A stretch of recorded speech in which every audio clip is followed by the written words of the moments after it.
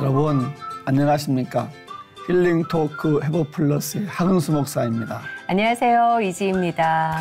이지 씨, 네. 우리가 지금 몇 년째 방송하고 있는지 아시겠어요? 5년 차인가요? 조금 지난 만 5년이 네. 넘어가는 건데 오래 했죠. 시간이 참 빨리 지나가요, 목사님. 네. 그동안 나오셨던 분들이 몇 분 정도 될 것 같아요? 셀 수가 없죠. 내가 잘 알려드릴게요, 정확히. 네. 536회. 와, 어마어마하네요. 감사합니다. 정말 은혜를 많이 받았어요. 네. 처음에 우리 지희 씨 방송 보면은 애띤 소녀였는데 5년 전만 해도 앞자리가 다르군요. 그러네요. 예. 네, 정말 많이 은혜 많이 받았는데 네. 여러 하나님 만나는 그 통로나 계기가 참 어떤 분은 모태신앙으로서 네. 이슬처럼 잔잔하게 은혜 받으셨고 어떤 분은 정말 드라마틱하게 그렇죠. 드라마보다도 더한 방법으로. 네.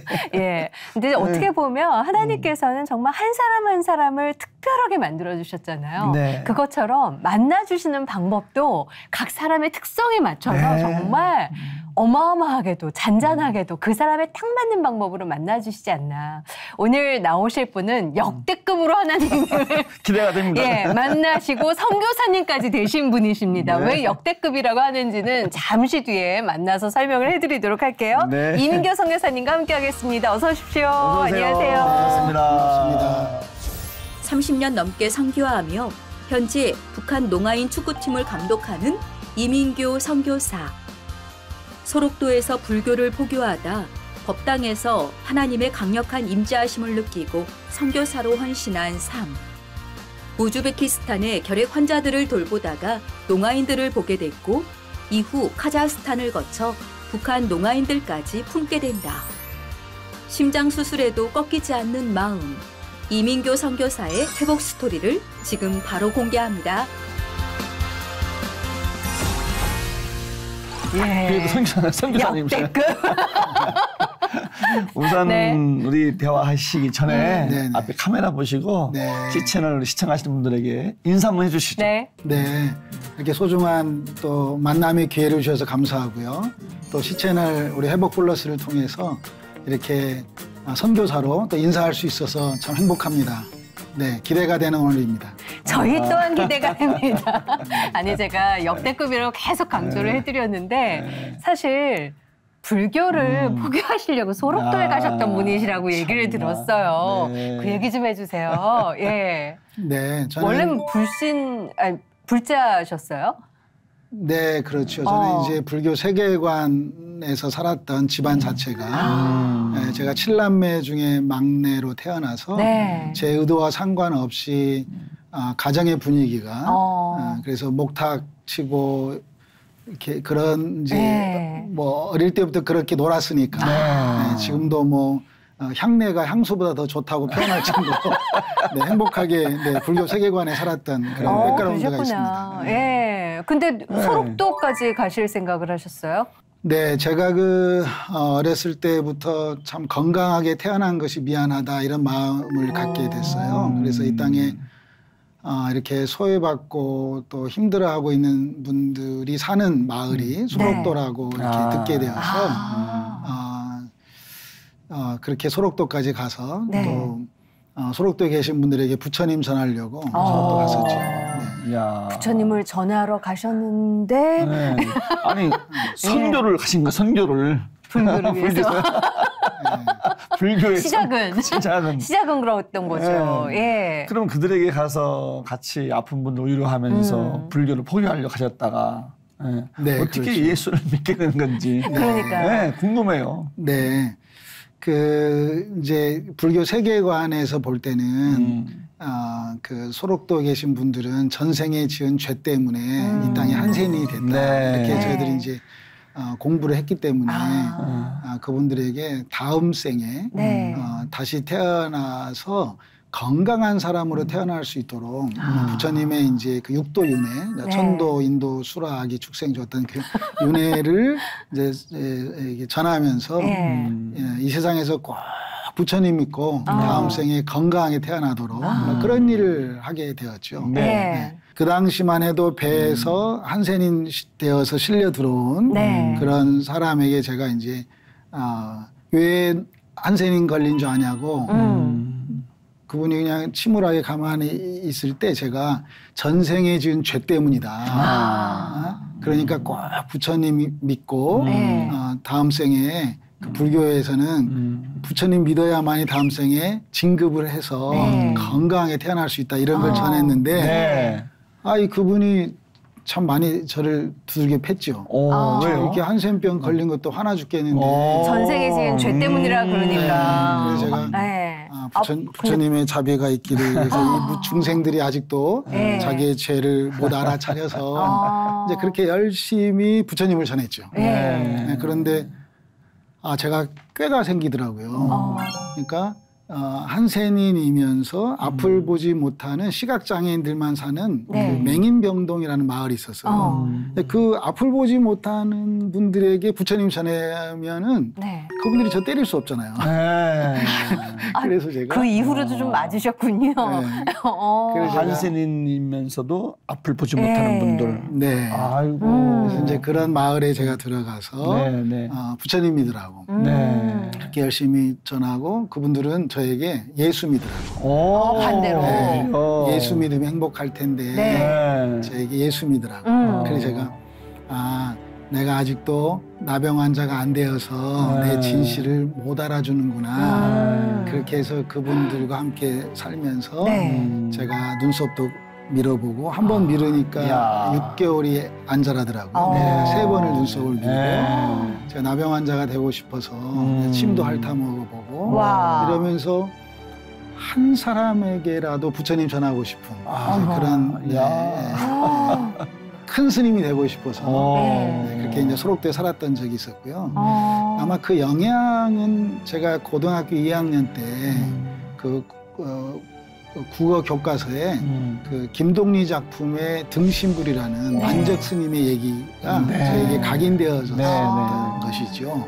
그래서 그 이제 소설이지만 그 만적 스님이 자기의 몸을 부처님께 소신공양 이제 활불 자기 몸을 부처님께 드리고 자기 엄마하고 누이가 한센인에서 이제 치료받은 그런 이제 그 가장 민감했던 고등학교 시절에 배웠던 것이 생각이 되어서 그럼 내 한 목숨 부처님께 드리고 이 등신불의 주인공처럼 내가 스님이 되어서 한 사람이라도 나병 환자 중에 건강히 태어났으면 참 좋겠다. 그런 소원을 가졌죠. 점점 더 궁금해지는 거예요. 지금 그랬던 분이 어떻게 된 거예요, 이게 지금? 주님을 소록도에서 만나신 거예요? 그렇죠. 거기서. 그러니까 이제 살아계셨던 분들 중에서는 제 진심을 받아들이지 않아서 부처님을 안 믿어가지고 불교에서는 또 죽은 후에 사식구제라고 합니다.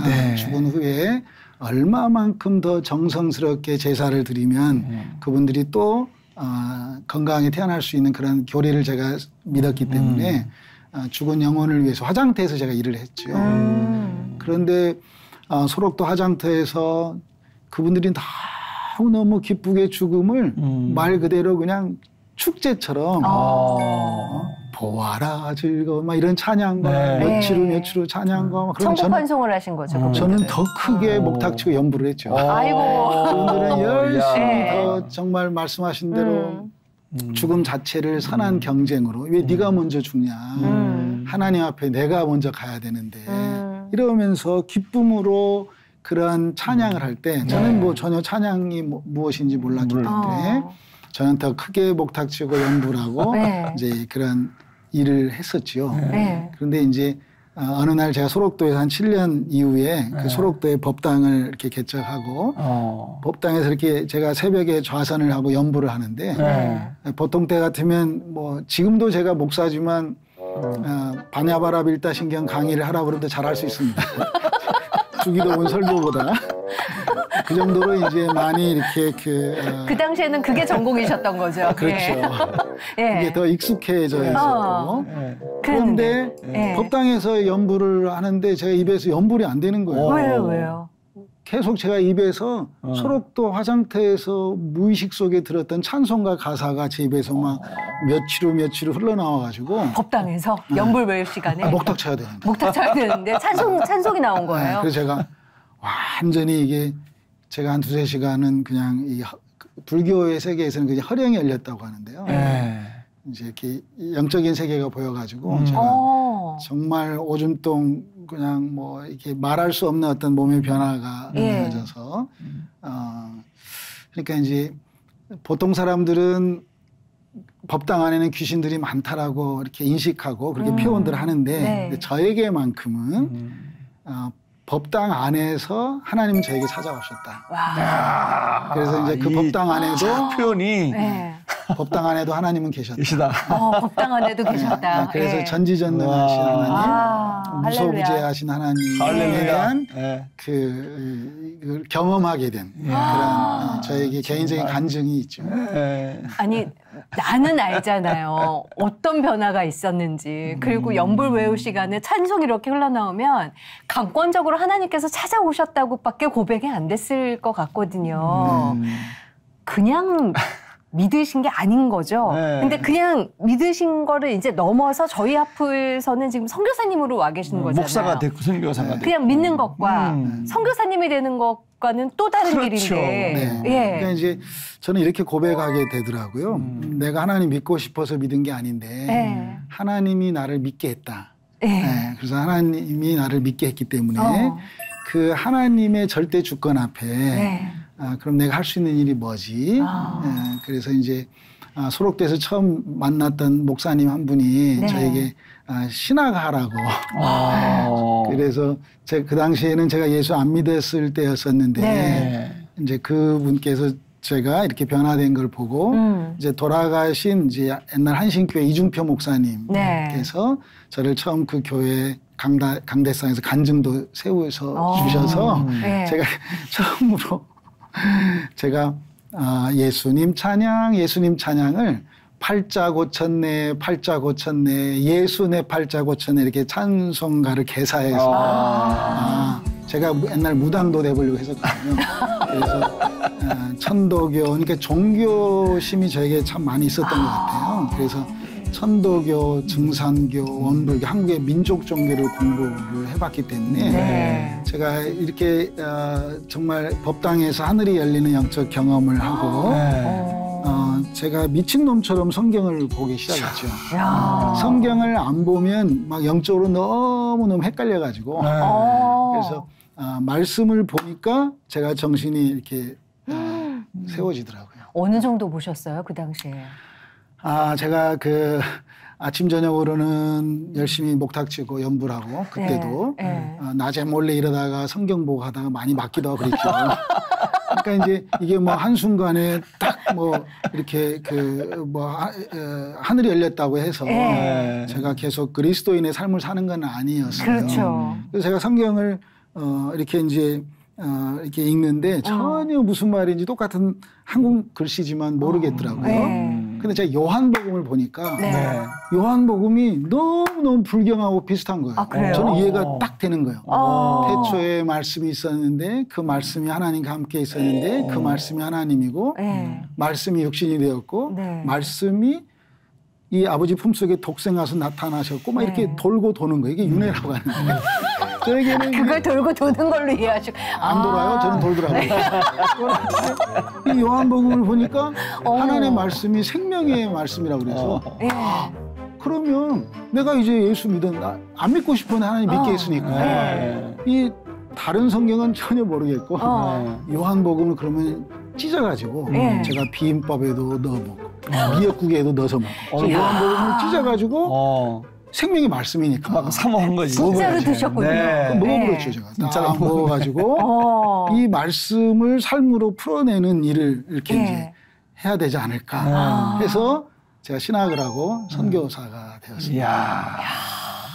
지금까지 우리 오프닝 할 때 얘기했지만 많은 분들 만났지만 정말 기적적으로 정말 역대급이 맞으세요. 맞네요. 예. 그렇게 신학을 하셨는데 선교사가 되셔서 첫 번째 선교지가 어디였어요?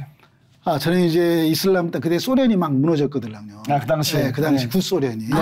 그래서 모스크바에 이제 단기 선교를 가게 된 거예요. MDB 신학 공부하면서 갔는데 모스크바 아르바거리 길거리에 결핵 환자들이 막 이렇게 환자들이 있는 거예요. 네. 근데 저하고 얼굴이 비슷한 까레이스키라고 하는 고려인이 있는 거예요. 고려인. 나하고 얼굴이 비슷하네? 너 어디 아파? 근데 한국말도 못하고. 그래서 그 아이들 데리고 제가 이제 정말 그 소록도에서 받은 그 일방적인 하나님의 은혜를 내가 이 아이들 데리고 살아야지 해서 2주일 단기 선교 갔다가 그걸 제가 6개월, 1년 남아 울었어요. 그러니까 제 와이프는 그 당시에 결혼했을 이제 약국을 한 10년 정도 약사로 하셨었고. 개국을 일을 했었죠. 그래서 제 와이프한테 돈 벌어서 이 선교비 되고 나는 열심히 장애인들 데리고 그 소련 땅에 힘들어 구소련이지만 러시아 땅에 힘든 아이들 데리고 살면서 그 아이의 고향이 우즈베키스탄이었어요. 그래서 우즈베키스탄에서 처음 장애인들 결핵 환자들 또 한센인들 돌보는 일을 시작한 것이 이제 이야 마음이 정말 이쁘신. 그럼 단기 선교 갔다가 선교사가 된 건데 네네. 그러면 우리 사모님은 약국 하셨잖아요. 그럼 따로 사신 아니면 어떻게? 그래서 이제 제가 약국 팔아서 와라. 네? 갑자기요? 2달 갔다 온다고 해놓고선 1년째 머무시면서 급기야 약국까지 팔라고 그랬어요? 제 와이프가 처음에 기도해보겠다고 그래서 우리 서로 예수 안 믿었을 때 만났거든요.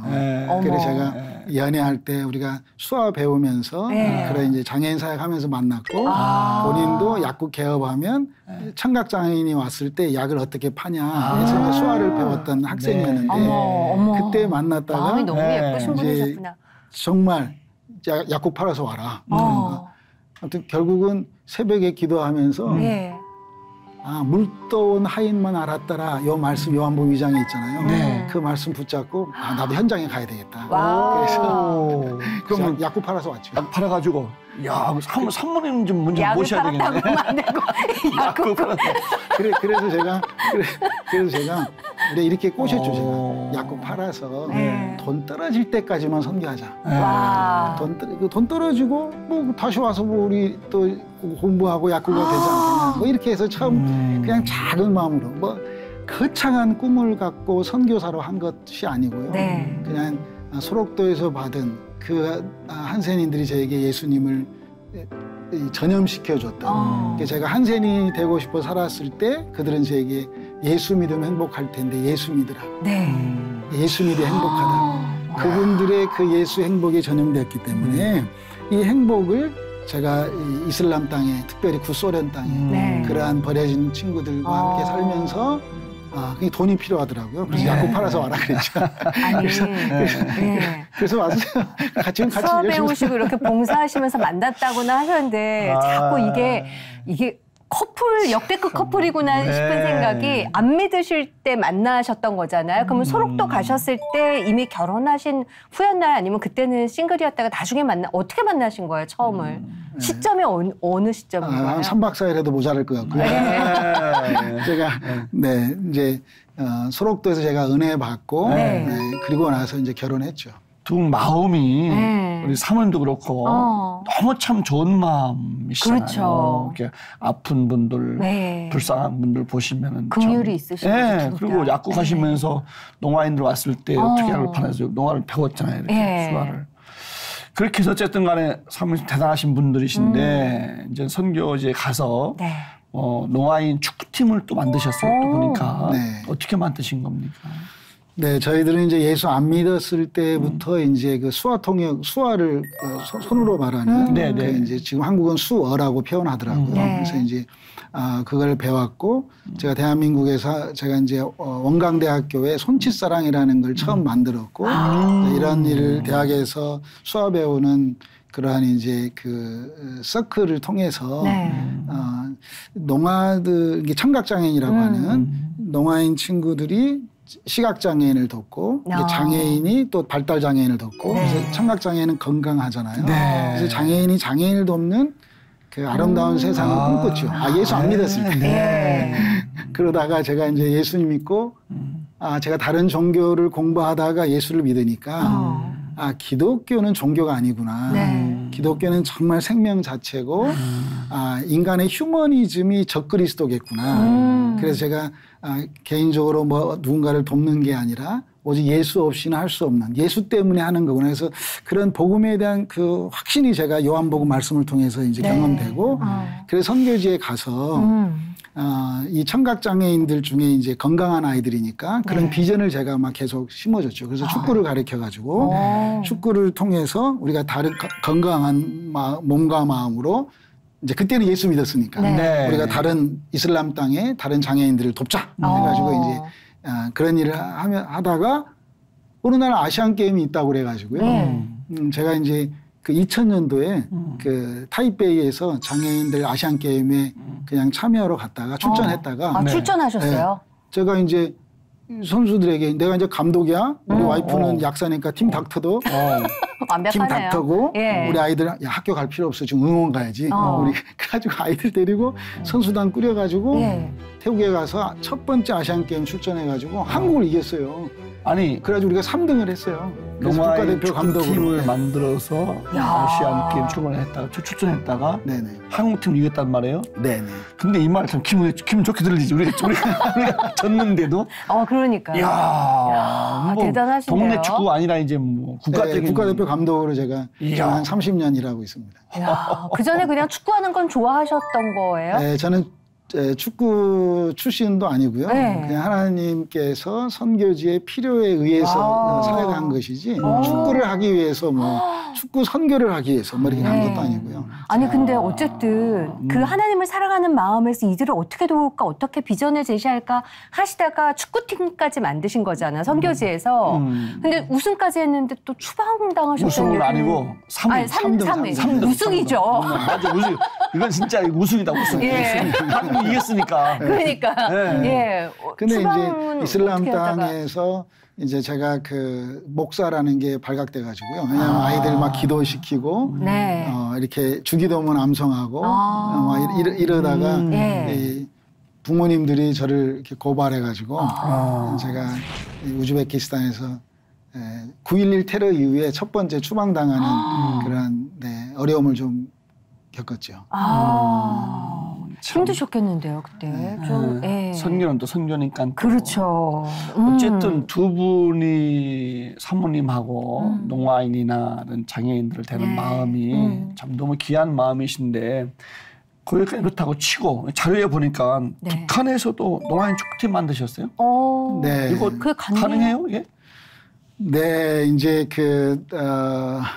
이제 북쪽에서 축구팀이 있어가지고 제가 축구 감독으로 스카우트 된 게 아니고 제가 이제 하나님께서 북쪽에 대한 장애인의 마음을 주셔가지고 제가 세계 장애인 대회가 2012년도에 평양에서 있었어요. 그때는 제가 이제 카자흐스탄 축구 감독이었는데 제가 카자흐스탄 축구 감독으로 제가 이제 평양에서 개최되어지는 세계 장애인 대회에 출전했다가 그 북쪽에 있는 장애인들을 보는 순간 내가 태어난 대한민국 땅덩어리 자체가 단순한 위도 38선이 아니라 요한복음 5장에 나와 있는 38년 된 병자구나. 이게 저에게 이제 오버랩 되어지고 그래서 구약에 우리가 일반적으로 40년 광야가 아니라 신명기 2장 14절에 가데스 바냐 이후에 38년 광야를 허락하셨던 하나님. 그래서 38년 광야, 38년 된 병자, 38선. 이게 이제 세계가 겨울업되면서 하나님이 저에게 평양에서 자고 있을 때 2012년도 겨울에 강력하게 하나님께서 저에게 네 자리를 들고 일어나 걸어가라 이렇게 말씀하시는 거예요. 그 말을 통일의 장애인들을 통해서 통일에 대한 물꼬를 타라 이렇게 이제 저에게 강한 아버지의 마음이 임해서 하나님 저 아닙니다. 저는 이 우즈베키스탄, 카자흐스탄, 키르기스탄 이런 장애인들 사역으로도 저는 만족하지 않으십니다. 근데 너무 강력한 어떤 그 임재 앞에 북쪽의 장애인들 사역해라 이런 마음을 주셔가지고 제가 소록도 법당에서 하나님의 임재를 경험했던 네. 그걸 저는 그렇게 표현해요. 그냥 제가 남자인데 그냥 임신했다 이렇게 표현하고 싶은데 임신의 반대가 신이 임한 거다. 네. 이제 글씨를 쓰다 보면 네. 그래서 제가 성령의 임재를 그냥 임신했다라고 그냥 표현을 해요. 근데 제가 그 법당에서도 그런 임신을 경험해보고 네. 평양의 해방성 호텔에서 잠자고 있을 때도 강력한 성령의 임재를 경험해서 감히 거부할 수 없는. 네. 그래서 제가 이제 북쪽에 축구팀을 만들어서 이제 오스트랄리아, 호주로 시드니로 또 브라질, 상파울로로 이렇게 네. 전지훈련을 다니고 그래서 지금 현재는 팀을 만들어서요? 지금 현재는 이제 네. 북쪽 장애인 축구 감독으로 이렇게 일하고 있습니다. 아니 점점 이게 이해가 안 되는 게 네. 저도 이해가 안 됩니다 지금. 사명을 받는 건 받나 치고 그럼 네. 북한에서 농아인 축구단을 만들려면 거기 살아야 되는 거 아니에요? 네네. 제가 평양에 있습니다. 네. 지금 이제 코로나 상황이라서 이제 오. 평양에 들어갈 수는 없지만. 아니 이분 도대체 어떻게 된 분이에요? 다른 시공간에 사는 분이 스튜디오에 오신 것 같은 그런 느낌. 야, 예. 그런 기적도 하나님 일하시네요. 왜냐하면 제가 이제 카자흐스탄 축구 감독으로 네. 북쪽에 갔다가 네. 또 북쪽의 장애인 친구들과 함께 이제 호주에 가서 전지훈련하는 과정에 네. 제가 호주의 영주권을 받게 됐어요. 네. 그래서 이제 통일부 법적으로 네. 대한민국 법적으로 해외 영주권자는 네. 이제 북쪽에 가서 일할 수 있는 또 그런 이제 법이 있기 때문에 네. 제가 뭐 간첩은 아닙니다.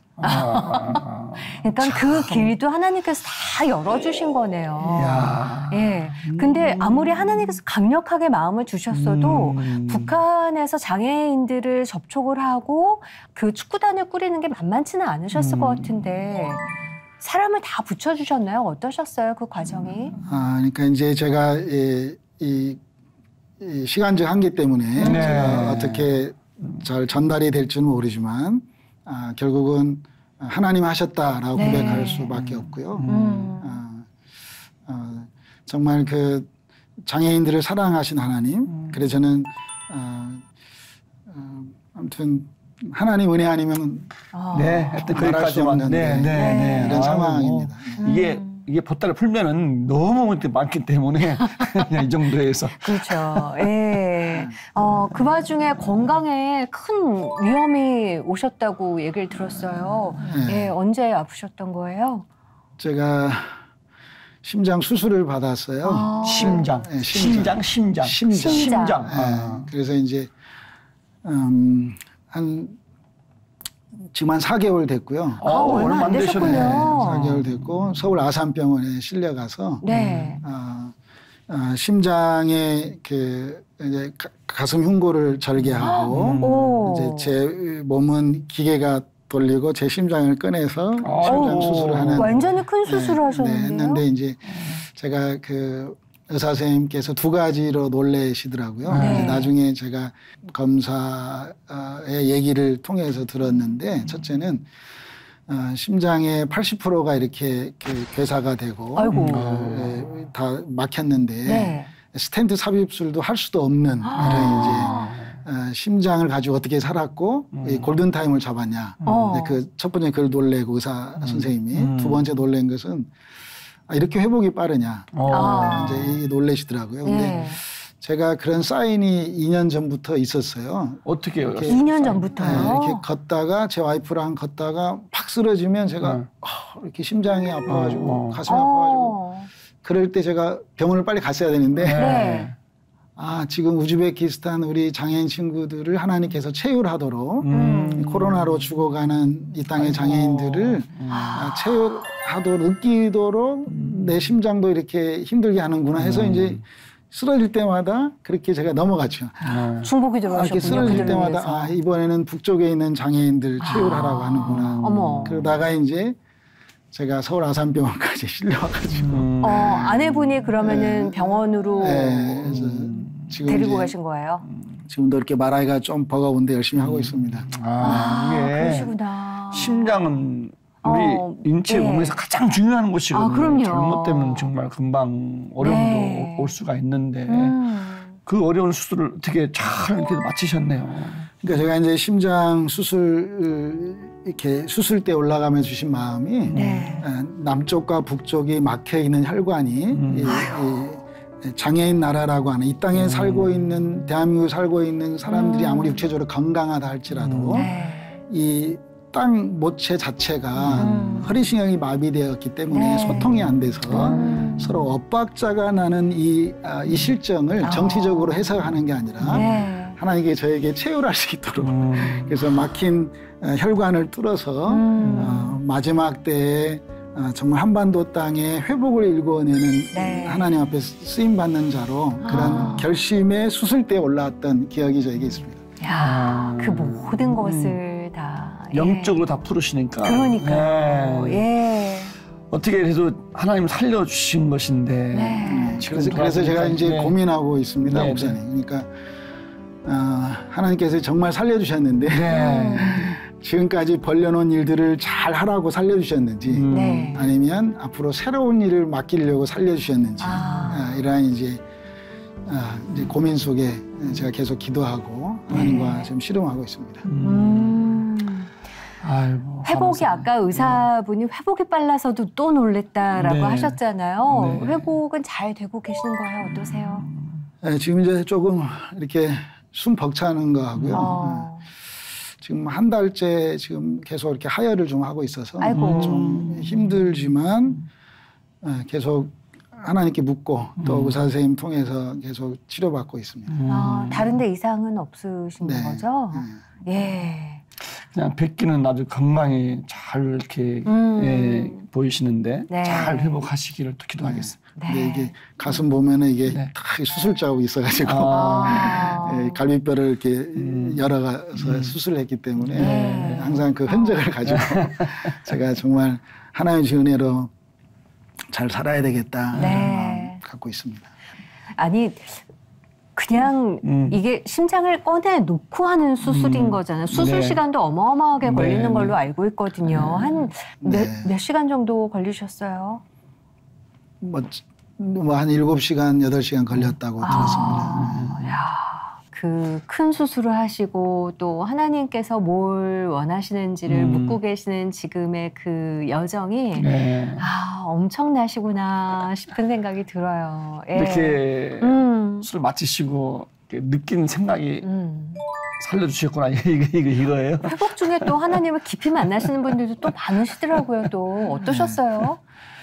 저는 지금까지는 이제 제가 선교사로 이렇게 헌신한 지 횟수로는 한 30년이 됐는데요. 30년.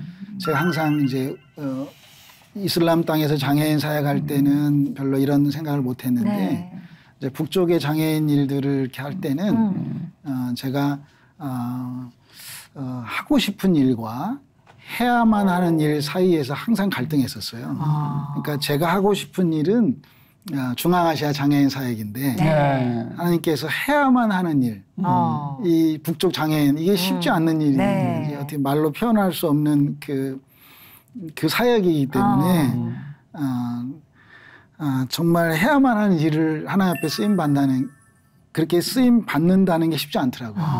또 외롭고 이게 그 동안에 제가 하고 싶은 일, 해야만 하는 일 사이에서 갈등했다면. 이제는 이것보다도 할 수 있는 일, 할 수 있는 일 하고 살아야 되는데 모든 욕심 내려놓고 사도 바울이 고백했던 나의 나됨이 전적인 하나님의 은혜였다고 고백했던 것처럼 이게 하나님의 은혜입니다. 그리고 내가 다른 사도보다 더 많은 일을 했다 할지라도 이것 또한 하나님이 주신 은혜였다라고 고백하는 그런 할 수 있는 자의 은혜의 고백으로 살아야 되겠다. 이게 수술 이후에 매일 다짐해보는 바울의 심정으로 조금이라도 그런 길 지금 갖고 있습니다. 말씀하시는데 그 말씀의 깊이가 느껴지니까 울컥해지면서 지금까지 그 30여 년을 하나님 붙잡고 어떻게 살아오셨을까 싶은 생각이 들어요. 근데 큰 수술을 하시고 회복이 아무리 빠르다지만 그래도 푹 쉬셔야 되는데 가만히 있지를 않으시더라고요. 지금 제 앞에 책이 3권이 놓여져 있는데요. 책을 출판사도 지금 하시는 거죠? 어떻게 보여드려야 되지? 예. 한 권 보여드릴게요. 네, 한 권을 목사님께서 이렇게 3권의 책이 나와 있어요. 지금 최근에 또 책 한 권이 나와서 3권이 된 거죠? 네. 출판사를 운영을 하시는 거예요, 선교사님? 네, 그렇습니다. 언제부터? 예.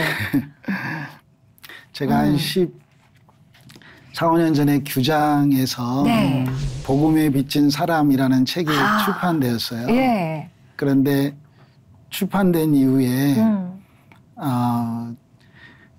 참 많이 교회가 초청해주고 또 특별히 코스타라고 하는 해외 유학생 집회에 코스타 강사로 이렇게 쓰임을 받게 됐어요. 근데 그럴 때마다 하나님 앞에 참 죄송하더라고요.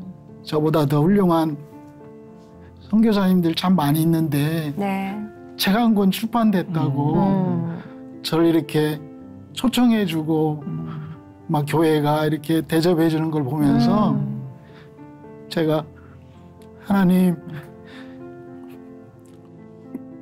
제가 다른 선교사님들 책 출판해드리고 싶어요.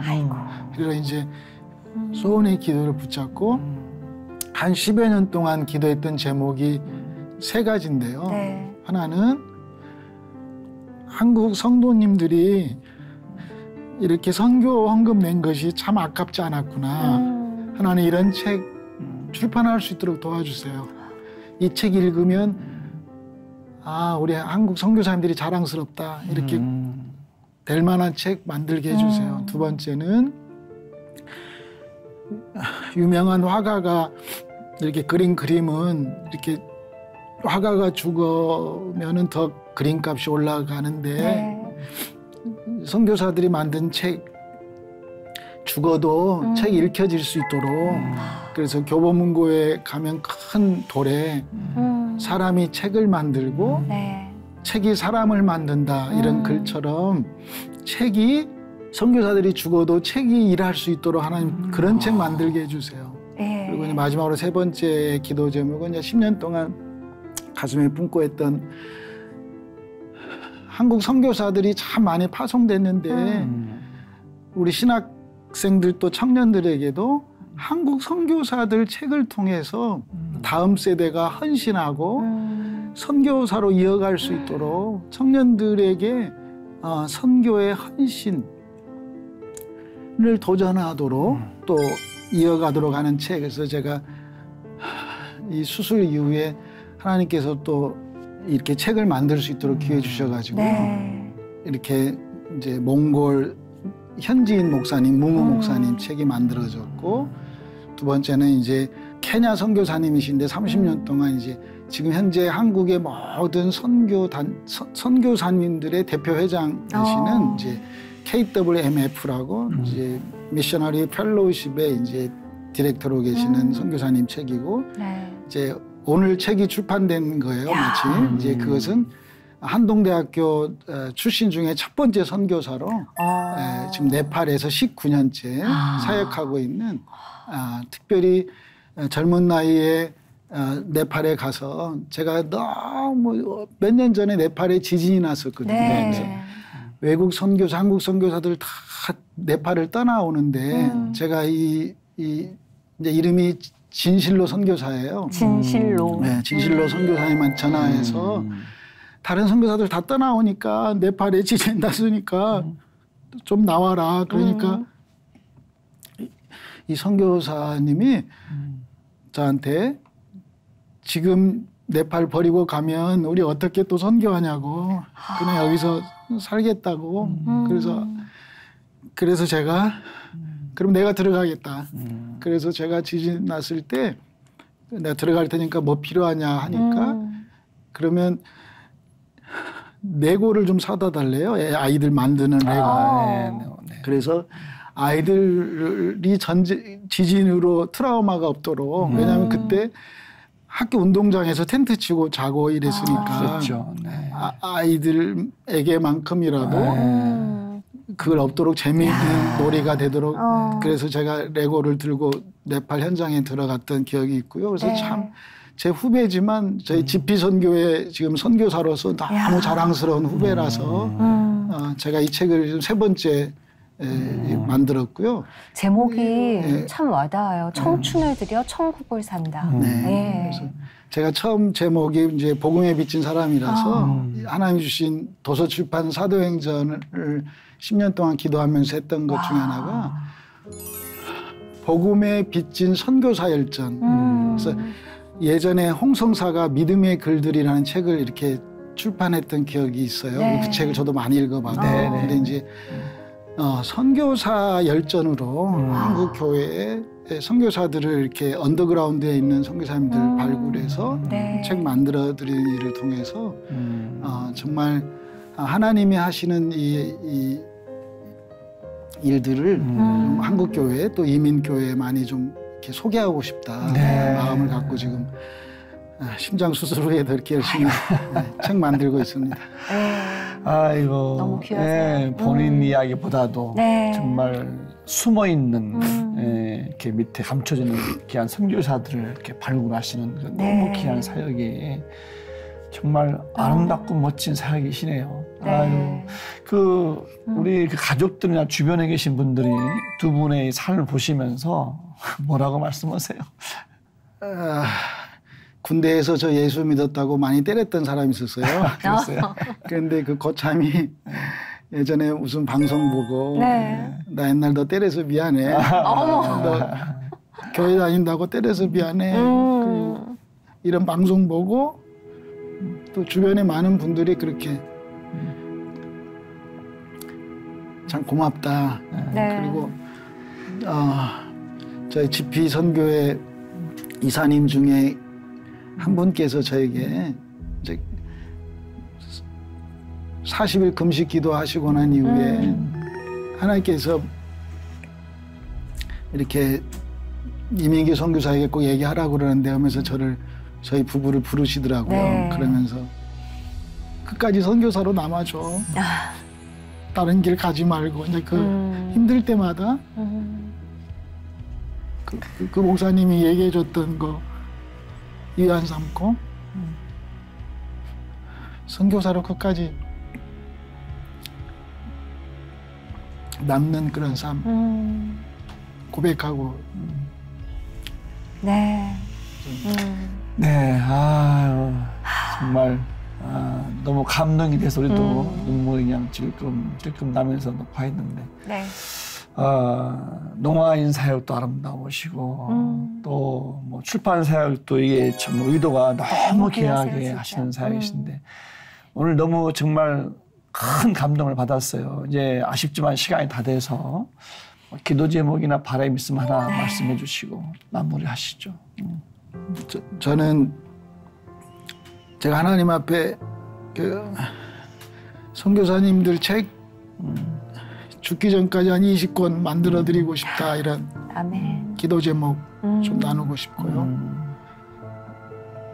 20권 만들 수 있도록 좀 많이 시청자분들께서 힘이 되어줬으면 좋겠다 생각이 들고 기도 제목은 제가 끝까지 선교사로 잘 살아남을 수 있도록 기도 부탁합니다. 그 큰 수술 받으시고 아직 회복 중이심에도 불구하고 저희 또 약속 지키시러 이렇게 나오셔서 복음을 증거해 주셔서 너무 감사하고요. 회복 마저 잘 되셔서 20권 전집을 기대하겠습니다. 그 사역 응원하면서 저희 또한 기도하겠습니다. 오늘 나와주셔서 너무 감사합니다, 선교사님. 감사합니다. 고맙습니다. 막 숨쉬기 어려울 만큼 막 그냥 이렇게 긴장되면서 또 은혜를 받았습니다. 오늘도 정말 감사하고 목탁을 치고 연부를 내고 그렇게 설옥도에 가서 불교를 포교로 갔다가 정말 드라마틱하게 하나님 만나셔서 사울을 불러서 사도 바울 만드신 하나님의 위대한 능력에 순종하시면서 계속 걸어가는 모습이 정말 나에게 마음속에 큰 울림으로 감동됩니다. 함께 또 우리 응원하겠습니다.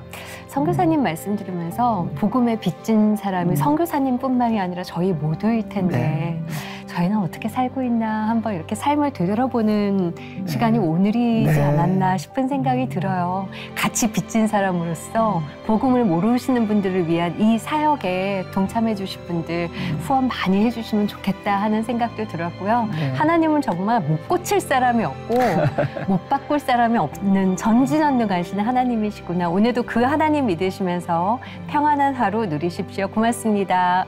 감사합니다.